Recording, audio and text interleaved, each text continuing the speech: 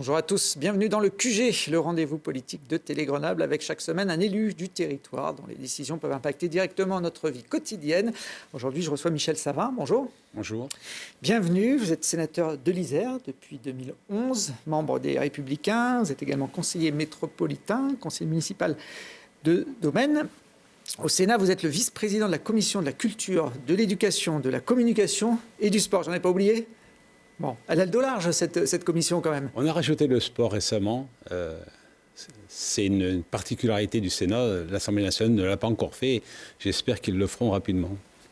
On reparlera de sport au cours de cette émission parce que ça fait partie des dossiers sur lesquels vous travaillez. Mais avant ça, pour commencer, je voulais avoir votre analyse du scrutin qui a animé le début d'année sur la première circonscription de l'Isère avec la victoire de la macroniste Camille Galliard-Minier. On la voit là à la préfecture. Élu député face aux représentants du nouveau Front populaire, Lies Loufoque. Une victoire sans appel, 65 à 35 au second tour. Qu'est-ce que vous en tirez comme enseignement de cette élection partielle ? Tout d'abord, un premier tour où la candidate LR, Nathalie Béranger, a fait un très beau score, une très belle campagne. Et un second tour où on a vu un rassemblement qui est très large contre le rejet de la candidature de la France Insoumise. Et je pense que c'est un très beau message à envoyer pour les prochaines élections, comme quoi il est possible dans cette agglomération aussi de faire barrage à l'extrême gauche France Insoumise écologiste. Donc oui, c'est un résultat encourageant et qui doit servir aussi pour les prochaines élections. On avait les images effectivement de Lies Loufoque, qui était le représentant du nouveau Front populaire, qui débarquait, on peut le dire, de Paris. Cette technique du parachutage, alors elle n'est pas propre à un camp, on l'a vu dans la vie politique depuis très longtemps. Ça reste une pratique qui se fait.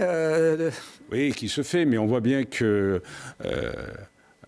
un élu parlementaire, notamment un député, il a deux missions, bien sûr, celle de voter la loi et de contrer le gouvernement à l'Assemblée nationale, mais aussi de représenter son territoire. Et qui peut mieux représenter un territoire qu'un élu ou d'une personnalité qui est présente sur le territoire, qui connaît les enjeux du territoire. Et donc ces parachutages, souvent et heureusement, ne réussissent pas. Alors, Lies Loufoque a remporté quand même le scrutin sur Grenoble, mais d'une courte tête, il y avait quelques voix d'écart, ce qui était assez surprenant.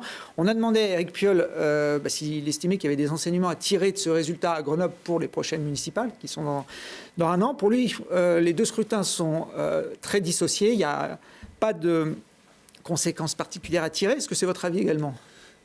Où je suis d'accord avec lui, c'est que les scrutins sont différents.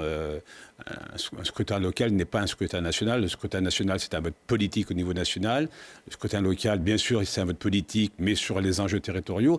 Mais il faut en tirer des leçons. Et moi, la leçon que j'en tire, c'est que, encore une fois, cela démontre que sur Grenoble, notamment, qui a un enjeu majeur pour les prochaines élections, pour la ville, bien sûr, mais aussi pour la métropole, il est possible d'avoir une autre majorité. Et moi, j'espère que dans les prochains mois, soit il y a un grand rassemblement qui se fait autour de la candidature qui est la plus à même de pouvoir être en opposition avec la majorité actuelle, soit qu'il y ait un large rassemblement au deuxième tour. D'ailleurs, la liste qui arrivera le mieux placée pour battre Éric Piolle ou les successeurs d'Éric Piolle à la tête de la ville de Grenoble. C'est ça l'enjeu. Ce qui s'est fait sur la première circonscription il y a quelques semaines peut se refaire à l'échelle de la ville de Grenoble. Et voilà, ça c'est l'appel qu'on peut faire aujourd'hui, c'est la leçon qu'on doit tirer de cette élection, mais aussi c'est l'objectif qu'on doit s'assigner pour préparer cette élection municipale à Grenoble. Il est possible d'avoir une autre majorité si l'ensemble des candidats qui seront présents sur la ligne de départ se mettent d'accord soit sur une liste commune, soit sur un large rassemblement, d'ailleurs le mieux placé au deuxième tour. Alors on ne sait pas encore qui sera sur la ligne de départ du côté du camp d'Éric Piolle. On sait qu'Éric Piolle ne se représentera pas, en tout cas en tant que maire. On sait aussi que ce sera une femme qui aura l'investiture de la gauche à Grenoble. On ne sait pas encore laquelle. Ça se joue entre trois noms. On saura ça dans quelques mois. À droite, par contre, il y a déjà un candidat qui est en campagne. On l'a vu au moment de ses vœux, c'est Alain Carignon, l'ancien maire de Grenoble. C'est vers lui qu'il faut que ce rassemblement le plus large possible se fasse aujourd'hui ? Alain Carignon, aujourd'hui, représente l'opposition à Éric Piolle sur la ville de Grenoble. Il n'a pas encore officiellement annoncé sa candidature. S'il le fait, moi j'appelle, et encore une fois, ceux qui sont en capacité de se rassembler pour faire barrage à la liste France Insoumise, écologiste et Front de gauche sur Grenoble, de se réunir derrière le meilleur candidat. Si Alain Quirignon est candidat et qu'il est en position d'être celui qui peut, au deuxième tour, affronter la liste du nom de la gauche, eh bien, il faudra qu'il y ait un large rassemblement. Aujourd'hui, on ne voit pas d'autres noms à droite émerger à un an des municipales. Il faut commencer, entre guillemets, à concrétiser les choses. Alors, il y a eu Hervé Gerby, dans cette campagne législative, qui est sorti de la société civile, on va l'appeler comme ça, qui est venu un peu troubler le jeu politique. L'avocat, ancien président du CRIF, a réussi plus de 8% des voix sur Grenoble.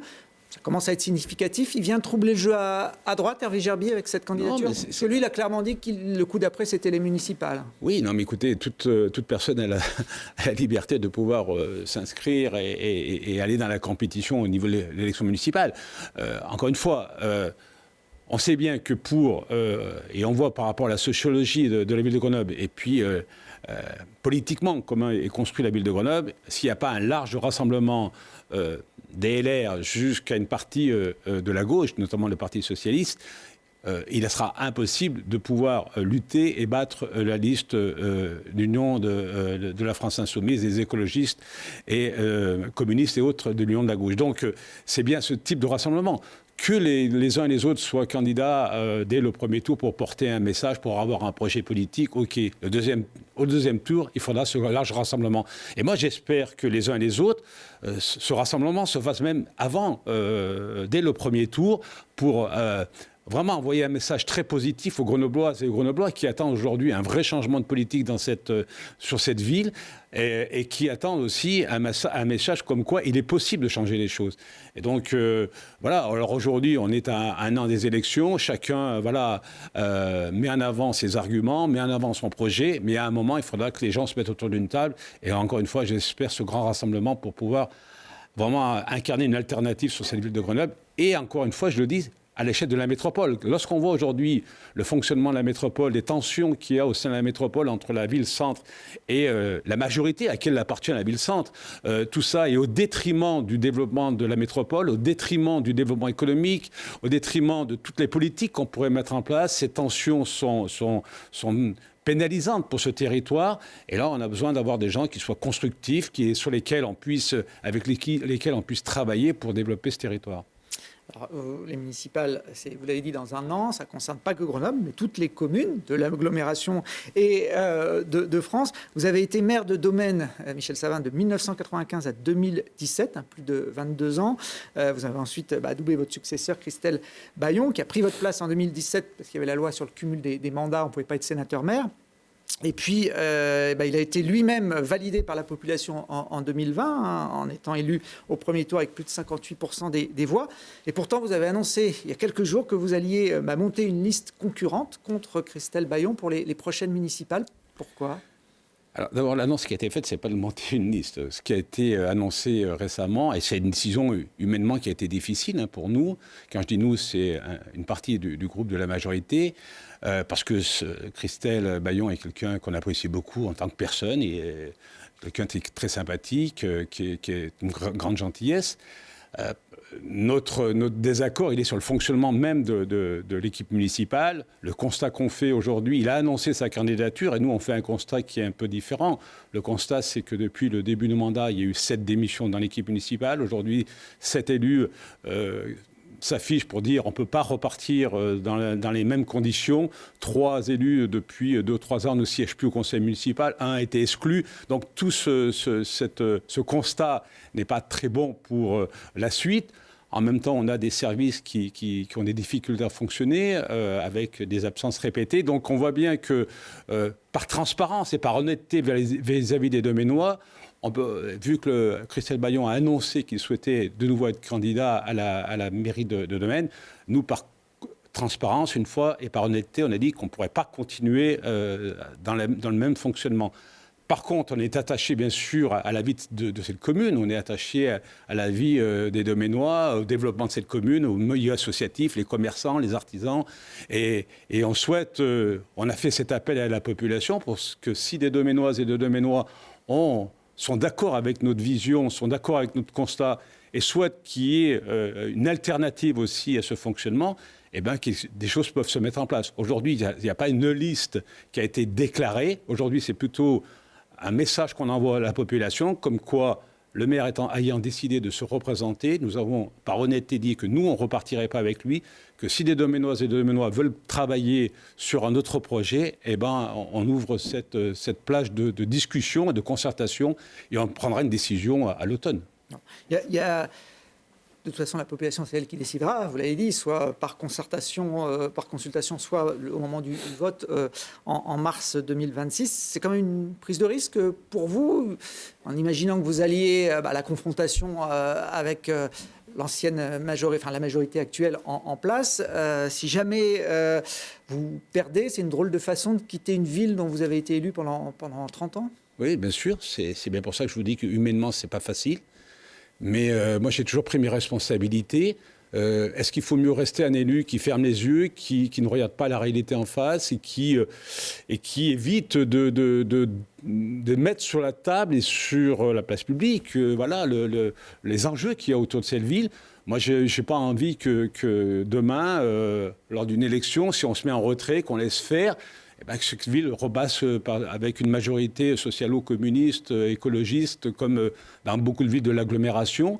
Voilà, il y a des enjeux importants sur le logement, sur l'urbanisme, sur les transports, sur le développement de la ville. Donc, soit on se tait, on ne dit rien, et on laisse faire, soit on prend position. Et moi, j'ai toujours pris juste ce fonctionnement depuis que je fais de la politique, je me suis investi dans la vie publique, je prends position. Alors, c'est vrai qu'il y a toujours des risques à prendre des positions. Mais moi, je préfère être quelqu'un qui va jusqu'au bout de ses engagements. Et puis, on verra ce qui se passera au mois d'octobre, à l'automne. Quelle décision on prendra. Si on sent qu'il y a une vraie dynamique qui se met en place, si on sent que les Doménois et les Doménoises sont prêts à suivre un autre projet politique, on le fera. S'ils ne le veulent pas, on ne le fera pas. Mais de l'autre côté, je ne pouvais pas non plus ne rien dire et laisser faire.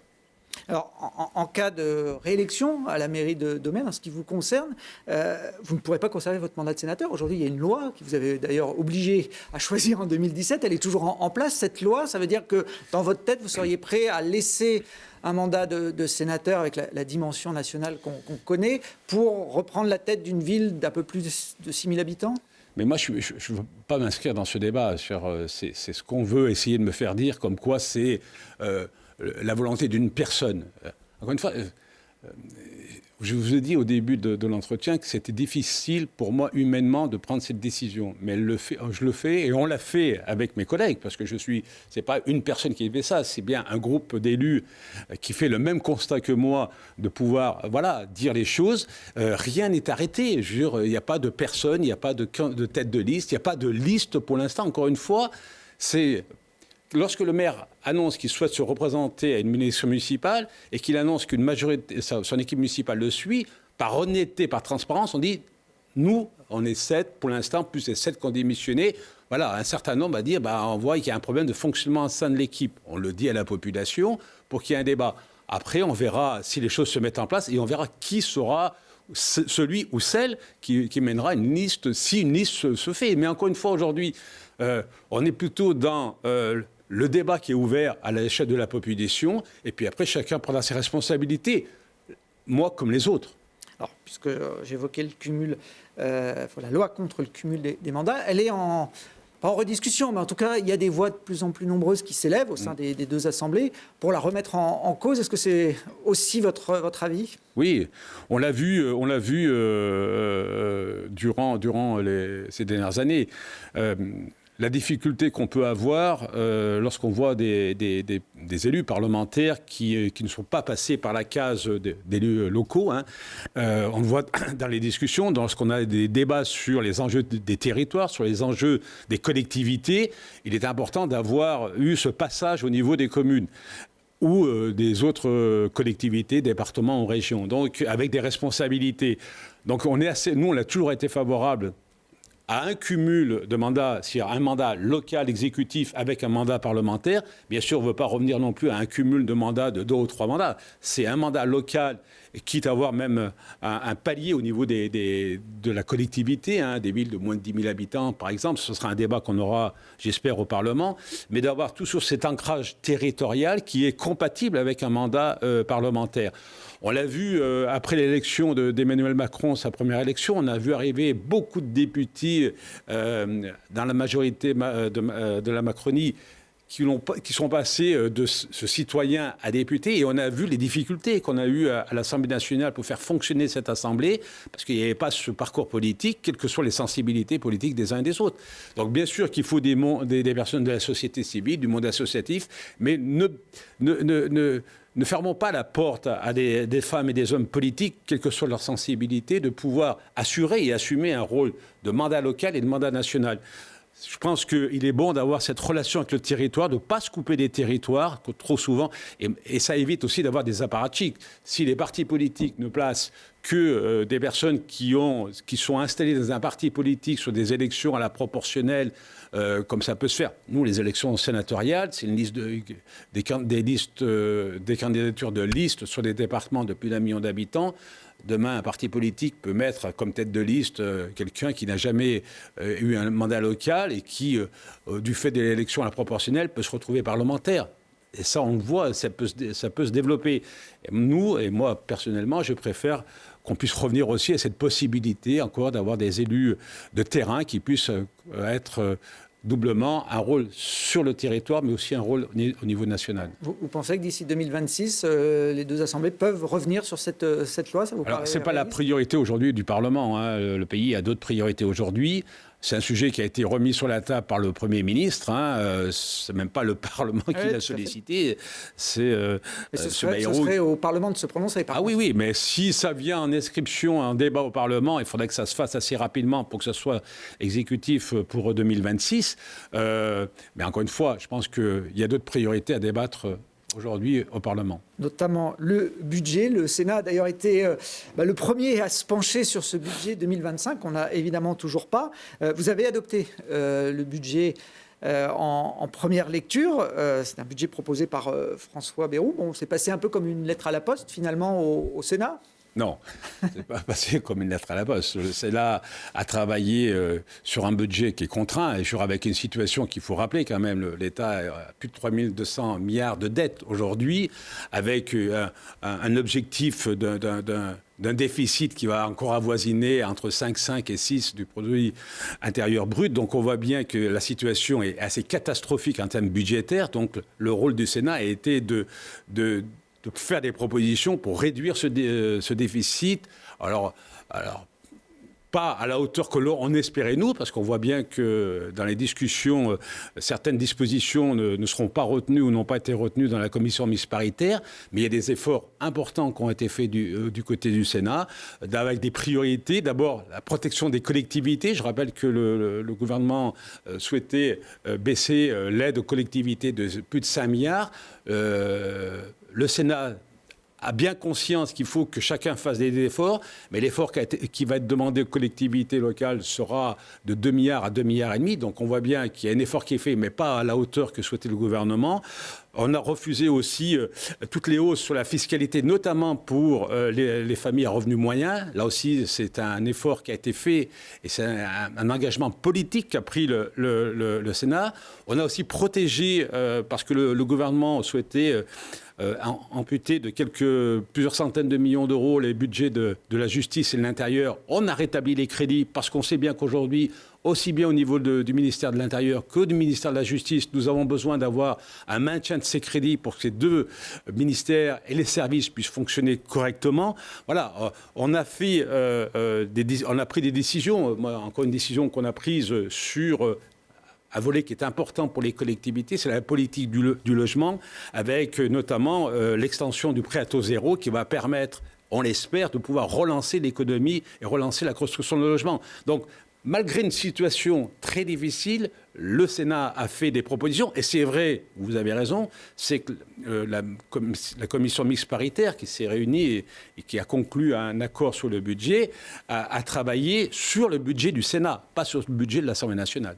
Et c'est peut-être ça qui va poser problème, puisque cette commission mixte paritaire, qui effectivement a travaillé jusqu'à quelques heures de l'enregistrement de cette émission, a rendu son verdict. On rappelle un peu le principe, hein, il y a 7 sénateurs, 7 députés de toute tendance politique. À la proportionnelle. À la proportionnelle, qui se réunissent. Il y avait d'ailleurs un sénateur isérois, Didier Rambaud, pour le camp macroniste. Vous auriez aimé faire partie d'une CMP aussi importante que ça sur le budget ?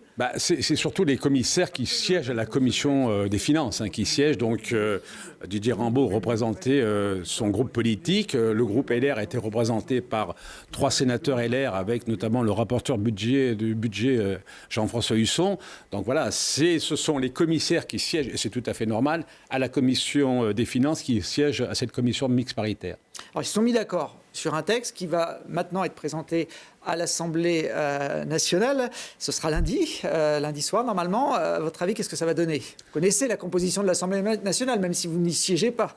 Oui, on connaît, puis on entend les déclarations qui ont été faites avant cette commission mixte paritaire et qui ont été faites à l'issue de l'accord qui a été trouvé. Je pense qu'à l'Assemblée nationale, il n'y aura pas de majorité pour voter ce budget. Alors, soit il y a 2 hypothèses, soit le budget n'est pas voté et donc il y a une nouvelle lecture, soit le gouvernement déclenche le 49.3 pour imposer un nouveau budget, avec pour nous un risque aussi, hein, et on l'a dit au niveau du Sénat. Nous, on souhaite que l'accord qui a été trouvé à la CMP, même s'il n'est pas parfait, mais il faut à tout prix un budget pour que la France puisse fonctionner. On ne voulait pas que le gouvernement profite de ce 49.3 pour revenir sur des mesures qui ont été validées lors de cette commission mixte paritaire. Donc ça aussi, c'est un engagement qu'on souhaite que le gouvernement prenne là, avant le vote de lundi, de dire s'il y a un 49.3, c'est bien le vote. On vote bien sur le budget issu de la commission mixte paritaire et pas sur un budget qui peut encore évoluer, parce que le gouvernement a toutes les possibilités. Ils peuvent rechanger pendant le week-end. Ils peuvent redéposer des amendements, supprimer des accords qui ont été trouvés. C'est tout à la main du gouvernement et ça, c'est quelque chose qu'on ne souhaiterait pas. Bon, vu le caractère d'urgence dont vous parlez pour avoir un budget, le caractère d'urgence qui est partagé par François Bayrou, on a l'impression quand même que c'est le 49.3 qui va être l'option privilégiée par le gouvernement, avec potentiellement une motion de censure derrière. C'est ce qui avait fait tomber Michel Barnier avant la fin de l'année dernière. Là, vous la sentez comment, cette motion de censure ? Vous qui êtes dans la machine, dans le réacteur ? Non, je pense qu'il n'y aura pas de motion de censure sur le budget. Il n'y aura pas de motion de censure votée ? Oui, il y aura pas il y aura une qui sera déposée, mais elle ne sera pas votée par une majorité, ce qui ne veut pas dire qu'il n'y aura pas une autre motion de censure plus tard qui peut être votée. Mais sur le budget, je ne crois pas qu'il y ait une motion de censure qui puisse être adoptée au Parlement. Bon, François Bayrou avait d'ailleurs plus ou moins réussi à gagner la neutralité des socialistes ces derniers jours, qui était le groupe un peu clé pour éviter qu'il y ait une majorité à voter cette potentielle motion de censure, jusqu'à cette semaine où un terme qui est connoté à l'extrême droite a froissé une partie de la gauche, le terme de submersion migratoire, qu'il a répété d'ailleurs à l'Assemblée nationale et qu'il a assumé. Ça vous a gêné, vous, ce terme ? C'est une erreur du Premier ministre d'avoir choisi un mot. Je pense qu'il est assez intelligent, François Bayrou, pour savoir que ça pouvait effectivement avoir une connotation un peu particulière. Non, mais je pense qu'aujourd'hui, le Parti socialiste, sur cette histoire, essaie de trouver un argument pour expliquer pourquoi ils vont voter contre le budget. La situation sur le sujet qui a été abordé par le Premier ministre, elle est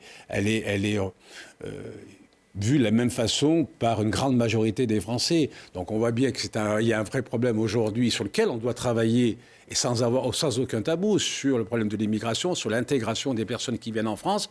Voilà, je pense que le Parti socialiste est allé très loin dans les négociations avec François Bayrou. Il y a une cassure au sein du front de gauche. Là, il essaye de se rattraper pour expliquer la raison pour laquelle ils ne voteront sûrement pas le budget. Mais tout ça est un jeu politicien. Ouais, dans du jeu politique. On verra si ce mot submerge le gouvernement de François Bayrou dans dans quelques jours. En tout cas, c'est un budget pour l'instant, on ne sait pas ce qu'il en sortira, mais qui fait des mécontents un peu dans tous les camps. Il y a eu une sortie cette semaine de Bernard Arnault dans la presse sur le projet de taxer les bénéfices des grandes entreprises, les fameux super profits dont on a beaucoup parlé. Une taxe provisoire qui pourrait rapporter plus de 8 milliards d'euros. Le patron de LVMH, un groupe de luxe qui pèse un peu plus de 350 milliards d'euros, a menacé de délocaliser sa production hors de France. Est-ce qu'il faut prendre au sérieux ce type de menace ? Ce qu'il faut prendre au sérieux, c'est que les entreprises françaises sont lourdement taxées. Et c'est vrai que cette surtaxe de 40% va pénaliser les grands groupes français. Alors, le gouvernement annonce que c'est une mesure qui serait temporaire sur l'année. On sait que souvent, les mesures temporaires s'inscrivent dans la durée. Donc là aussi, il faut être très vigilant. Moi, je préfère qu'on s'attaque à diminuer des dépenses que d'aller chercher de nouvelles recettes sur une augmentation de la fiscalité et des impôts, aussi bien sur les entreprises que sur les ménages. Il est vrai que quel que soit le gouvernement, celui de Michel Barnier aujourd'hui celui de François Bayrou, la construction de ce budget s'est faite dans l'urgence, dans la rapidité. Il n'y a pas eu le temps nécessaire pour travailler sur le fond, pour essayer de trouver les budgets sur lesquels on peut réduire les dépenses. C'est tout le travail qui doit se faire à partir d'aujourd'hui pour le prochain budget. On ne pourra pas attendre le mois d'octobre ou de novembre 2025, lorsque dans la préparation du budget 2026, pour se demander quelles sont les dépenses qu'on peut réduire. Donc, notre président, Gérard Larcher, a lancé au niveau du Sénat, a demandé à notre groupe de travailler dès à présent, et Mathieu Darnaud, notre président de groupe, a constitué un groupe de sénateurs et de sénatrices qui vont travailler notamment sur le fléchage sur les agences qui aujourd'hui sont par milliers, dont on ne connaît même pas le budget général, combien elles pèsent en termes de milliards d'euros, combien elles représentent de personnel, quelles sont leurs compétences, est-ce qu'il n'y a pas des agences qui ne sont pas rebondantes sur certaines activités. Donc tout ce travail de fond doit se faire pour aboutir à des propositions pour réorganiser tous ces services de l'État qui souvent sont un peu isolés, donc on ne connaît pas même à qui les raccrocher, à quel ministère, qui les pilote. Donc il y a un vrai travail de fond à faire et qui doit nous amener à beaucoup plus de clarification. Alors d'abord, la baisse des dépenses plutôt que d'aller chercher des recettes chez les grandes entreprises. Parmi ces baisses évoquées, il y a celle du budget du sport. Une réduction de plus de 30%, ce n'est pas une petite baisse pour le coup. Ça faisait partie du budget que vous avez voté la semaine dernière, cette baisse conséquente. Oui, le gouvernement proposait une baisse de 30%. Je me suis battu et j'ai défendu deux choses. D'abord, il y avait cette baisse de 30% à laquelle voulait encore rajouter le gouvernement une baisse de 34 millions sur laquelle nous sommes opposés au Sénat à l'unanimité. Et ensuite, j'ai déposé un amendement qui a été voté là aussi à l'unanimité au Sénat pour rétablir un peu les chiffres du budget du sport. Ce n'est pas en contradiction à ce que j'ai dit tout à l'heure. Oui, le budget du sport va baisser. Oui, le budget du sport va baisser. Mais au lieu de baisser de 30%, qui en faisait le budget qui baissait de façon la plus importante, et je rappelle que le budget du sport, c'est 0,2% du budget. Donc, c'est quasiment ridicule. Et c'était le budget qui avait la plus forte pourcentage de baisse. Donc, qui baisse de 10 à 15%, ben voilà, on participe à l'effort national. Il est normal que, comme tous les ministères, on fasse un effort, mais pas de 30%. C'est pour ça que mon amendement qui a été voté au Sénat, je suis heureux que la commission mixte paritaire ait pu le garder au sein de son arbitrage, ce qui fait qu'on rétablit un petit peu les comptes. Mais cet argent, il est en plus il est fléché vers les collectivités, parce qu'aujourd'hui, dans le budget qui était présenté, sur les équipements, l'aide aux collectivités pour les équipements structurants, donc pour les gymnases, piscines, il y avait 0 € d'inscrits. Ce qui n'est pas normal. D'un côté, les collectivités vont voir leur dotation, pour certaines, baisser.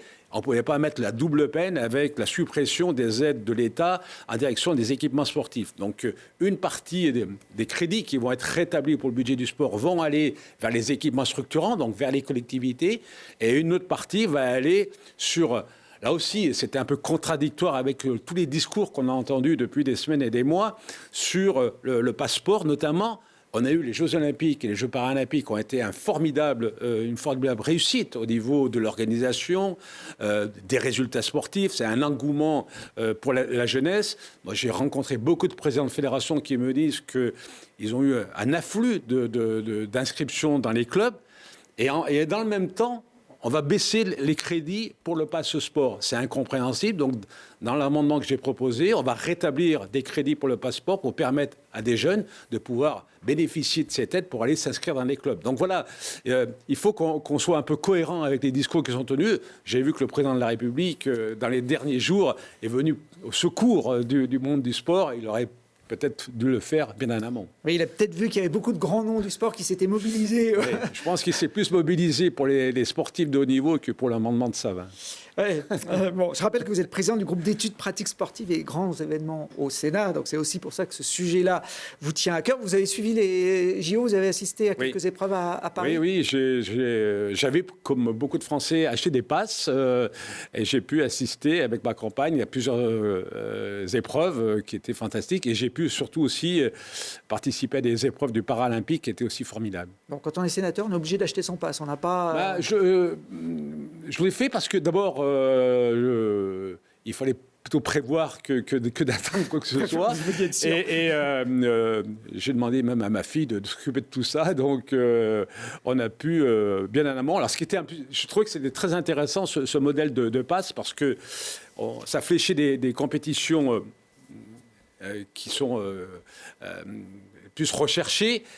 Mais en même temps, on associait une compétition et une rencontre qui était peut-être moins recherchée. Moi, je vois, j'ai fait l'athlétisme avec du tir à l'arc, mais aussi la natation avec du beach volley. Voilà, donc je trouve que cette formule était intéressante. Ça nous permettait, parce qu'autrement tout le monde aurait voulu aller à l'athlétisme ou au basket, et puis laisser de côté d'autres disciplines. Cette formule était très intéressante. Et moi, j'ai trouvé que de partout, il y avait une super ambiance, une très belle organisation. C'était une très belle réussite. Vous étiez un joueur de basket dans votre jeunesse. Vous n'êtes pas allé voir les matchs de l'équipe de France, non? Non. J'ai pu obtenir, lors de ces passes, la natation comme phare et l'athlétisme. Bon, les JO qui vont revenir en France en 2030. Chez nous, dans les Alpes, à 5 ans de l'événement, on ne connaît toujours pas celui ou celle qui va piloter l'organisation. C'est un problème. Tony Estanguet, lui, avait été nommé plus de 7 ans avant l'échéance de Paris 2024. Il ne faut pas que cette situation dure trop longtemps. Oui, il y a besoin rapidement d'avoir un pilote ou un duo de pilotes, parce que je ne sais pas s'il y aura une ou deux personnes qui sera à la tête de COJOP. Donc, mais rapidement, il faut qu'il y ait une direction qui se mette en place pour lancer les travaux qui seront nécessaires à cette organisation qui a aussi, pour nous, sur le territoire alpin, quelque chose aussi de formidable. Les Jeux Olympiques et les Jeux Paralympiques sur un territoire, c'est, encore une fois, c'est le développement d'un territoire, c'est de mettre en avant aussi des nouvelles technologies, de travailler aussi sur le futur. Donc voilà, c'est un événement qu'il ne faut pas rater et sur lequel on a besoin rapidement de travailler. Le favori s'appelle Martin Fourcade, un biathlète 5 fois champion olympique, qui a passé beaucoup d'années sur notre territoire en Isère, puisqu'il vivait à Villard-de-Lans, mais sa candidature est repoussée, en tout cas sa nomination est repoussée de semaine en semaine. On a l'impression qu'il n'y a pas une unanimité autour de ce grand champion français. Est-ce que c'est le bon profil pour vous pour diriger un COJO ? En termes de personnalité, je pense que c'est le bon profil. De par son parcours, et membre du CIO, reconnu par ses pairs, oui.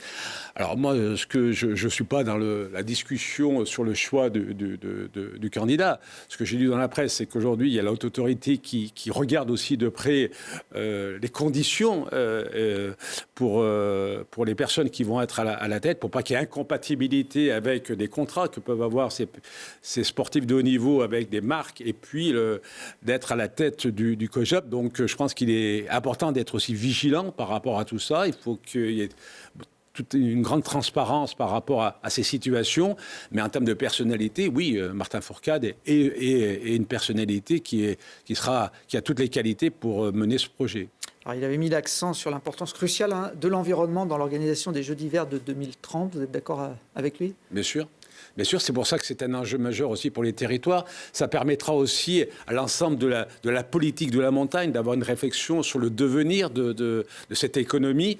On l'a vu pour Paris 2024 avec des développements qui n'est pas uniquement sur le sport, mais sur d'autres problématiques, sur les transports, sur la culture et autres. Profitons aussi de ces jeux qui vont arriver dans les Alpes pour travailler, réfléchir sur l'évolution de la pratique du ski, l'évolution de la pratique de la montagne, avec le développement d'autres activités. Alors, on va, dans ce domaine, aller construire plusieurs patinoires à Nice, alors qu'on a une des plus grandes patinoires de France à Grenoble, avec l'équipement approuvé. Il y a encore quelques semaines, c'est les images qu'on voit, qu'il était capable d'accueillir des grands rendez-vous internationaux, dont la finale du Grand Prix international de patinage artistique, qui est l'équivalent d'un championnat du monde. En matière de rationalisation des dépenses publiques pour construire des équipements pour ces JO, ça part mal quand même, cette mise de côté d'une des plus belles patinoires de France, qui est dans la zone où on va organiser ces Jeux. Bon, d'abord, je ne suis pas sûr que la ville de Grenoble ou la métropole ait déposé leur candidature au départ. Christophe Ferré a fait une sortie récemment dans la presse pour dire que sa patinoire était à disposition des organisateurs. Mais à disposition lorsque la décision a été prise comme quoi la candidature de Nice a été retenue. Peut-être que c'était dès le départ qu'il aurait fallu être autour de la table, mais je ne suis pas non plus dans les discussions. Mais le retour que j'en ai, c'est que peut-être que la ville ou la métropole, s'il y avait une vraie volonté, je ne suis pas sûr qu'elle soit partagée par le maire de Grenoble, de porter la candidature de Grenoble à l'organisation d'une partie de ces Jeux olympiques et paralympiques d'hiver. Deuxièmement, je ne suis pas sûr non plus, et là il faut qu'on vérifie, mais que la capacité de Pôle Sud soit répondre aux exigences du CIO. Donc c'est des capacités sûrement plus importantes. Mais le département et la ville de Grenoble, métropole, auraient pu peut-être réagir beaucoup plus vite. Bon. En tout cas, la capitale des Alpes, pour l'instant, n'est pas prévue dans le dispositif des Jeux Olympiques des Alpes. Ça fait partie des petites choses qu'on ne comprend pas toujours vu de l'extérieur. Mais je n'ai pas entendu le maire de Grenoble se positionner là-dessus. On l'a entendu déplorer le fait qu'il n'avait pas été consulté par Laurent Wauquiez, puisque c'était un peu ça l'origine du conflit, on va dire, entre les deux. Bon, en tout cas, les choses sont pour l'instant actées. Ça se passera en Savoie et dans les Alpes du Sud. Vous avez eu votre mot à dire, vous, les sénateurs, là-dessus, non, ça reste vraiment... Non, sur la candidature est portée par les deux régions et là aussi, ça va être aussi une nouveauté, parce que c'est quand même un éclatement important des compétitions. Donc là, c'est une décision politique des deux présidents de région que moi je salue, parce que voilà, c'est une volonté aussi de s'inscrire dans ces grands événements. L'État a donné son accord et s'est porté caution. Donc maintenant, les choses sont en place. Il faut mettre l'équipe dirigeante rapidement, là aussi, en activité pour que les choses avancent. Vous parlez d'éclatement des compétitions. On se rappelle que le Tour de France 2022 avait démarré au Danemark avant de rapatrier tout le monde en avion en France, que la Coupe du Monde au Qatar, elle n'était pas éclatée, mais elle était dans des stades climatisés, et puis que la prochaine se déroulera sur 3 pays, USA, Mexique, Canada, avec près de 5000 km d'écart entre, par exemple, le stade de Vancouver et celui de Mexico. Je ne parle pas des Jeux asiatiques d'hiver qui auront lieu en 2029 en Arabie saoudite, mais on a vraiment l'impression que les instances internationales du sport n'ont pas pris du tout la dimension de la problématique du réchauffement climatique. Je pense qu'elles ont pris la problématique financière. C'est-à-dire qu'on voit que dans beaucoup de compétitions internationales qui sont en train de se dérouler, dont on voit qui risquent de se dérouler dans l'avenir, ce sont des États qui mettent beaucoup d'argent pour accueillir ces compétitions, qui vont à l'encontre de toute réflexion et conséquences écologiques, mais aussi on l'a vu avec le Qatar, sur la construction des stades, au niveau de l'encadrement, au niveau sociétal. On voit bien que les grandes instances dirigeantes à l'échelle mondiale, aujourd'hui, on a l'impression qu'ils n'ont qu'une optique, c'est l'aspect financier. Ça vous gêne ? Ils sont déconnectés. Beaucoup. Ça nous gêne parce que c'est le toujours plus et qui va à l'encontre de toutes les politiques qu'on défend ici. Les politiques environnementales, sur les droits du travail, sur les conditions de travail, sur les conditions, sur les déplacements. Tout ça, toutes ces décisions sont à l'encontre de toutes les politiques qu'on est en train de mener aussi bien au niveau local qu'au niveau national, et que des instances qui sont complètement déconnectées ne prennent des décisions que sur l'aspect financier. Donc oui, moi, ça me gêne. Alors, il y a aussi les dirigeants du foot français qui semblent aussi parfois un peu déconnectés. Le Sénat a mené une commission d'enquête sur la gestion du foot français. Vous avez été le rapporteur. C'était à l'automne dernier qu'on a rendu les conclusions. En quoi c'est le boulot des sénateurs de s'occuper du modèle économique du foot français ? Le Parlement a voté il y a 2 ans une loi dans laquelle on donnait la possibilité à une ligue professionnelle de sport de créer une société commerciale.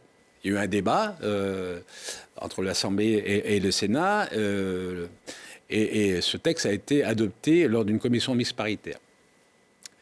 Notre rôle de sénateur, de parlementaire, est bien sûr de voter la loi, mais de contrôler aussi le gouvernement. Et dans notre rôle de contrôle, au niveau de la commission, on a souhaité faire un point, 2 ans après la mise en place de cette société commerciale au sein de la Ligue de football professionnel, comment les choses se passaient, est-ce que les choses étaient en phase avec la vision qu'on avait, nous, au moment qu'on l'a voté, et donc on voulait faire un point d'étape sur le fonctionnement de cette ligue, de cette société commerciale. On s'est rapidement aperçu que lorsqu'on a commencé à travailler sur la préparation de cette mission d'information, qu'il fallait élargir aussi nos travaux sur l'aspect financier du football professionnel. Parce qu'on a bien vu que tout était lié entre les clubs, la ligue et cette société commerciale. Donc c'est un travail qui a été élargi en termes de consultation, d'audition, de déplacement, pour bien mesurer quelle est aujourd'hui la situation du football professionnel en France. Et c'est vrai que le constat est assez alarmant. Oui, vous avez dit qu'on était passé du mirage à la désillusion. C'est assez fort comme expression. Oui, parce que je vous donne l'exemple de ce qui pèse fortement dans les revenus du football professionnel, c'est les droits TV. Il y a eu l'épisode Mediapro où Mediapro est arrivé avec en annonçant qu'ils allaient mettre plus d'1 milliard sur le football professionnel. Quelques mois après, Mediapro s'en allait et verser un chèque de 100 millions pour dire solde de tout compte et on s'en va. Il y a eu différents épisodes ensuite qui ont fait que le football français s'est retrouvé avec des diffuseurs. Il y avait Canal+ d'un côté et Amazon qui ont permis de continuer la diffusion des matchs de football en télévision. Et puis il y a eu un lancement d'un nouvel appel d'offres où là aussi la Ligue est repartie sur un objectif de plus d'1 milliard de revenus. Est-ce que c'est la valeur du foot ? Beaucoup se posent la question. Résultat, c'est qu'il y a eu un seul prétendant DAZN qui, avec 400 millions de propositions, a obtenu les droits TV. L'objectif 1,1 milliard, on l'obtient à 400 millions. Il y a eu 100 millions de plus de BIN qui ont été rajoutés, qui ont été obtenus pour un match supplémentaire. Mais on voit bien qu'on est loin du 1,1 milliard qui était l'objectif. Donc, derrière tout ça, les clubs, dans le même temps, qui, eux, espéraient bénéficier des retombées des 1,1 milliard, sont partis dans l'achat de joueurs, avec des contrats qui, souvent, sont très importants par rapport à la valeur du foot français. Et aujourd'hui, ces mêmes clubs se trouvent en grande difficulté parce que la société commerciale qui a fait venir aussi intégrer un acteur important, CVC, qui est arrivé et qui a mis 1,5 milliard dans la création de cette société commerciale. Cet argent a été distribué, a été consommé et aujourd'hui, les clubs se retrouvent dans une situation pire que celle d'il y a 2 ans. Il va en sortir quelque chose de ce rapport, une proposition de loi, par exemple Bien sûr, nous travaillons aujourd'hui avec le président Lafont et mes collègues du Sénat. Quand je dis mes collègues, c'est que nous souhaitons faire une proposition de loi qui soit transpartisane, qui soit portée par l'ensemble des représentants des groupes politiques qui siègent à la commission du Sénat, parce que les 35 recommandations que j'ai proposées à l'issue de nos travaux ont été votées à l'unanimité des membres de la commission. Et donc, pour aller sur le même chemin, donc, nous allons proposer une proposition de loi qui va reprendre une partie des recommandations, parce que dans les recommandations, il y a celles qui sont qui devrait être porté par la Ligue ou par la Fédération ou par le ministère, notamment sur tout ce qui concerne le contrôle du fonctionnement de ces instances. Et puis, il y en a d'autres qui vont passer par le législatif, notamment sur un sujet très important sur lequel nous travaillons, c'est le piratage, qui aujourd'hui est un phénomène qui est en train de pénaliser fortement et le diffuseur DAZN, mais aussi le sport professionnel, parce que demain, si il n'y a pas de mesures fortes contre le piratage, les diffuseurs auront beaucoup de mal à mettre autant d'argent pour diffuser des matchs qui sont pour... Aujourd'hui, sur 4 matchs, 3 sont piratés. C'est ça, 1 sur 4, qui est vu par la chaîne qui a le contrat, et 3 sont piratés. Donc on voit bien que c'est un vrai problème économique, aussi bien pour le diffuseur que pour le sport professionnel. Donc il faut qu'on travaille sur des mesures pour enrayer ce phénomène du piratage. Mais les outils existent, on peut vraiment enrayer ça à l'heure d'Internet et de la mondialisation des réseaux? Oui, il faut qu'on donne les moyens à l'Arcom ou avec l'ensemble des acteurs pour pouvoir être en capacité, ce que font les Italiens et les Anglais, d'avoir les capacités de pouvoir bloquer rapidement des milliers de sites qui sont illicites au moment de la diffusion du match, sur la durée d'un match, c'est-à-dire sur la durée de 90 minutes, on bloque des sites. Ce que font les Allemands, ce que font les Italiens, à chaque rencontre, c'est des milliers de sites qui sont bloqués. En France, on n'est pas à cette hauteur, donc il faut qu'on se donne les moyens et juridiques, et financiers, et humains pour pouvoir mettre en place ce dispositif. Bon, vous parliez des droits télé, la télé qui a aussi des devoirs. Dans quelques jours, la chaîne C8 va disparaître du PAF, avec son animateur emblématique, Cyril Hanouna, qui est responsable d'ailleurs en grande partie de cette décision assez rare dans l'audiovisuel. C'est l'Arcom qui sanctionne C8 pour des dérapages. Bon débarras pour certains, censure intolérable pour d'autres. Alors la commission fait partie des compétences, la communication fait partie des compétences de la commission dont vous êtes le vice-président au Sénat. Est-ce que l'Arcom a pris la bonne décision sur ce sujet ? Après, c'est un débat sur la liberté des uns et des autres à pouvoir regarder ou pas la chaîne qu'on souhaite. Bien sûr qu'il est normal de condamner et de sanctionner lorsque des propos sont tenus et qui ne respectent pas les règles de déontologie ou qui sont celles que doit respecter tout animateur et toute personne qui est sur un service télévisuel public ou autre. Qui est donc des sanctions, c'est normal. Qu'on aille jusqu'à la suppression, moi je trouve que c'est très grave et que rien n'oblige les citoyens à regarder C8. Ceux qui ne sont pas contents, qui ne veulent pas le regarder, ne regardent pas, regardent une autre chaîne. Moi je trouve que, à titre personnel, je trouve que cette sanction est beaucoup trop lourde par rapport à ce qui peut se passer dans l'audiovisuel. L'audiovisuel qui est au cœur des discussions dans les assemblées. Il y a cette réforme qui est attendue, notamment de l'audiovisuel public, qui est attendue, sur laquelle je crois le Sénat s'est penché à l'automne dernier.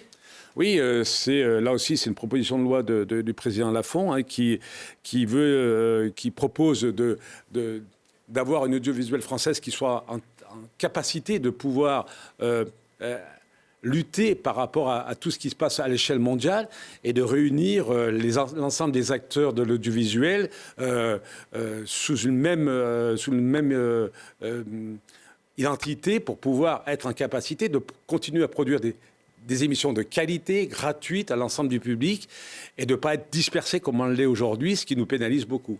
Il y a le retour de la redevance qui est en discussion. Le problème de la redevance, c'est qu'elle a été supprimée. C'est un cadeau qui a été fait aujourd'hui par le président Macron, aujourd'hui qui pèse sur le budget de l'État, parce que c'est ce qu'on avait, nous, alerté lorsque la décision a été prise, c'est qu'il n'y avait pas eu d'étude d'impact sur cette décision. Et comment, demain, on finance la télé, l'audiovisuel en France. La suppression, donc aujourd'hui, de nouveau, des discussions vont avoir lieu sur quel modèle de financement. Il faut prendre en compte aussi que les Français aujourd'hui regardent différemment la télévision, regardent différemment les émissions, regardent différemment les compétitions de sport. Beaucoup ne regardent pas un match de foot ou de rugby de la première à la dernière minute. On va regarder les moments importants. Donc il y a tout ça à mettre en place, à réfléchir comment prendre aussi en compte l'évolution de la technologie, les sites, Internet et autres. Donc oui, il y a un vrai sujet sur lequel on doit anticiper la position de la France. Et puis, bien sûr qu'il faudra réfléchir et proposer comment on finance cet audiovisuel en France. Alors, dans l'actu médiatique de la semaine, on a appris la démission de Philippe Carly, qui est le patron du groupe Rébara, dont fait partie le Dauphiné libéré. Ses actionnaires lui ont reproché d'avoir liké des posts de 2 députées européennes d'extrême droite, Marion Maréchal et Sarah Knafo, qui est membre du parti Reconquête d'Éric Zemmour. Qu'est-ce que ça vous inspire, cette sanction? Est-ce qu'un patron de presse ne doit pas faire ce genre de... Mais il ne l'a pas fait comme patron de presse, il l'a fait comme citoyen. Il est libre de liker qui il veut, comment il veut. Je vois pas, là aussi, cette censure qui est insupportable, quoi. Après, on peut aimer, on peut critiquer son choix, mais il est libre d'aimer ou de critiquer qui il veut en tant que citoyen. Bon, le Dauphiné, dont les journalistes s'étaient émus de ces likes, a écrit sur cette démission de son patron. C'est le deuxième en quelques années qui quitte le navire. D'ailleurs, qui titrait aussi cette semaine en une sur l'avenir plus qu'incertain de la plateforme chimique de Pont-de-Claix-Jarry. L'entreprise Vancorex pourrait être liquidée en mars avec plus de 400 emplois directs perdus. Arkema, qui travaille en lien avec Vancorex, a annoncé également la suppression de plus de 150 emplois à Jarry. Il y a un effet domino qui pourrait menacer, selon les experts, jusqu'à 3000 emplois directs et 10 000 indirects en Isère sur cette filière de la chimie. C'est un petit cataclysme qui est en train de se préparer pour notre territoire. C'est des très mauvaises nouvelles pour le territoire, pour la chimie dans l'Isère, mais aussi au niveau national, mais aussi, vous l'avez dit, pour le territoire de l'agglomération grenobloise. On suit ces dossiers avec mes collègues Frédéric Puissat et Damien Michelet, mais aussi avec les autres parlementaires de l'Isère. Alors, nous étions tous réunis encore la semaine passée au ministère de l'Industrie pour travailler sur le sujet avec les élus locaux, le président de la métropole, le maire de Jarry et les représentants des syndicats pour travailler sur l'ensemble du dispositif. Vancorex, comment aujourd'hui accompagner les décisions qui ont été prises, parce qu'il y a un problème humain, comment les salariés qui sont pénalisés aujourd'hui, comment ils peuvent être accompagnés, reclassés. Il y a un problème aussi du devenir du site. Et puis, sur Arkema, avec mes collègues sénatrices Frédéric Puissat et Damien Michelet, sénateurs, on vient de signer un courrier il y a 48 heures pour le ministre du Travail pour se poser la question sur Arkema. Est-ce que cette décision qui a été annoncée, en mettant en avant le fait que Vancorex connaît des difficultés, est-ce qu'il y a un lien entre cette décision d'Arkema et Vancorex? On est un petit peu sceptique quand même sur cette décision d'Arkema. On a l'impression qu'ils profitent de cette situation pour supprimer des postes qui ne seraient pas acceptables aujourd'hui dans la situation que vit la chimie et vit ce territoire. Donc il faut qu'on soit vigilant. Il y a un problème sur Vancorex, oui. Le ministre a répondu non à la nationalisation, donc acte. Maintenant, il y a tout un travail d'accompagnement, de requalification. Travailler aussi, il faut que l'État prenne des engagements sur un sujet qui va être important pour la ville de Pont-de-Claix, mais aussi pour le territoire, c'est la dépollution de ce site, parce que demain, si on se retrouve au niveau du territoire avec une friche industrielle, tout ça va peser lourd sur les finances des collectivités. Il faut que l'État prenne des engagements forts et rapides sur ces sujets. Alors, le premier engagement qu'il a pris, vous l'avez dit, c'est cette semaine, c'est de dire non à la demande de nationalisation temporaire. Vous aviez signé d'ailleurs, je crois, une sorte de tribune avec les autres élus de l'Isère à l'automne pour inciter le gouvernement à nationaliser. C'était la seule piste pour sauver Vancorex? On l'a signé d'abord pour que... Il y avait Yannick Neuder aussi, à l'époque, il n'était pas encore ministre. Oui, non, mais... Maintenant, il doit se retrouver un peu... Non, mais je pense que les choses sont claires. Aujourd'hui, on a les réponses du gouvernement. Le gouvernement a regardé et a travaillé sur cette possibilité-là. Les réponses ont été faites par rapport au coût, mais surtout aux perspectives et aux évolutions de l'activité de la chimie sur ce territoire. Moi, les réponses qui nous ont été faites, même si on espérait... peut-être une autre réponse, mais elles sont très détaillées et avec une situation dont on connaît aujourd'hui par rapport à la concurrence avec certains pays étrangers, que la pérennité même de cette activité est menacée. Donc aujourd'hui, on prend acte de cette décision, mais ce n'est pas parce qu'on prend acte qu'il faut abandonner tout le travail qui doit être fait. Moi, je pense aux salariés. Demain, j'ai vécu ça lorsque j'étais maire de domaine, lorsque, il y a quelques années, les papeteries ont fermé les unes derrière les autres. Et quand vous êtes maire, que vous vous trouvez face à des femmes et des hommes qui perdent un emploi, qui ont qui ont travaillé toute leur vie et plusieurs générations au sein d'une activité industrielle qui a marqué aussi un territoire, il est de notre responsabilité, de notre devoir de les accompagner, de voir comment on peut faire pour essayer rapidement de trouver des issues professionnelles pour ces gens-là et retravailler aussi comment on peut peut-être réamener aussi sur ce site d'autres activités. Moi, je pense qu'il faut là aussi travailler avec le gouvernement pour dire aujourd'hui on a un site qui est Céveso qui est aussi un inconvénient, mais qui peut être aussi un avantage parce que c'est un site qui peut accueillir des activités aujourd'hui qui cherchent à s'installer sur ce type de territoire. Donc il y a tout un travail à faire à l'échelle aussi bien économique que sociale. Il y a un autre sujet sur lequel l'État, par la voix de sa préfète, s'oppose aux souhaits des élus isérois. Les villes de Pont-de-Claix, Cessiné, Grenoble ou encore Échirolles ont décidé de mettre en place des congés menstruels destinés aux femmes qui souffrent de règles douloureuses. Une décision à laquelle s'oppose fermement la nouvelle préfète de l'Isère, Catherine Seguin. Corinne Lemarié, qui est vice-présidente de la métropole en charge de l'égalité homme-femme, parle de conservatisme. Vous êtes d'accord avec ces élus qui essayaient de faire évoluer le droit du travail, j'ai envie de dire, et qui se retrouvent contrés par l'État ? Non. Les élus se font contrer parce que la loi ne l'autorise pas. Aujourd'hui, ce qui a été mis dans la délibération, c'est que ces congés sont sous forme d'autorisation spéciale d'absence. Or, un juge administratif a déclaré que ce n'était pas compatible.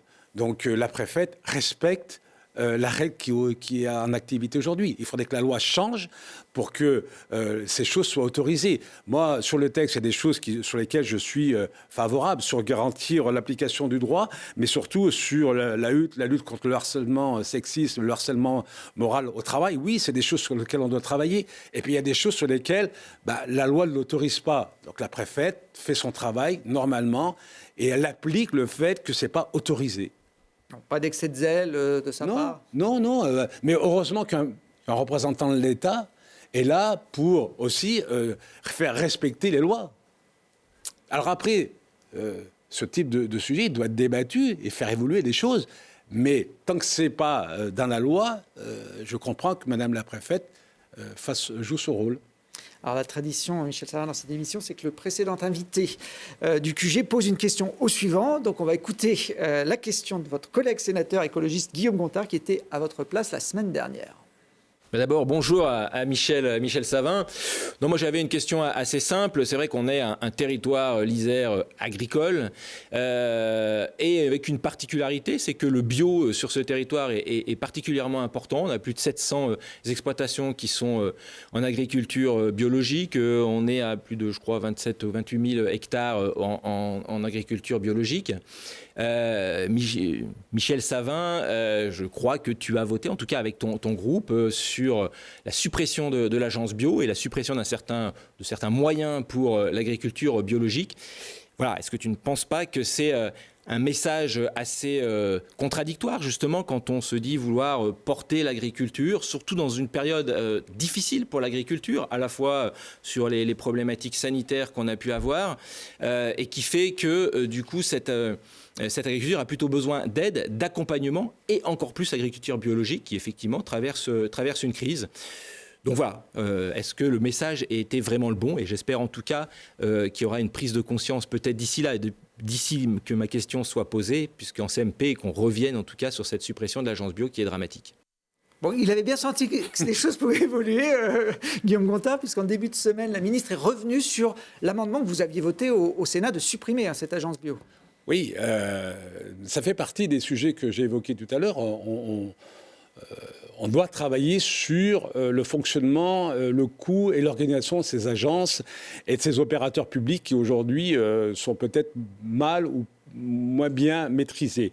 Ce que nous avons voté au Sénat, oui, nous avons voté pour la suppression de ces crédits, mais en maintenant les missions qui seraient conservées, notamment sur la promotion de l'agriculture bio et sur l'accompagnement des projets bio, mais plutôt piloté soit par le ministère de l'Agriculture. Est-ce qu'il y a besoin d'avoir encore à côté du ministère de l'Agriculture une agence qui pilote ce type d'opération, ou par France Agrimaire, qui est un organisme qui fonctionne déjà et qui pourrait avoir ce type de mission à piloter?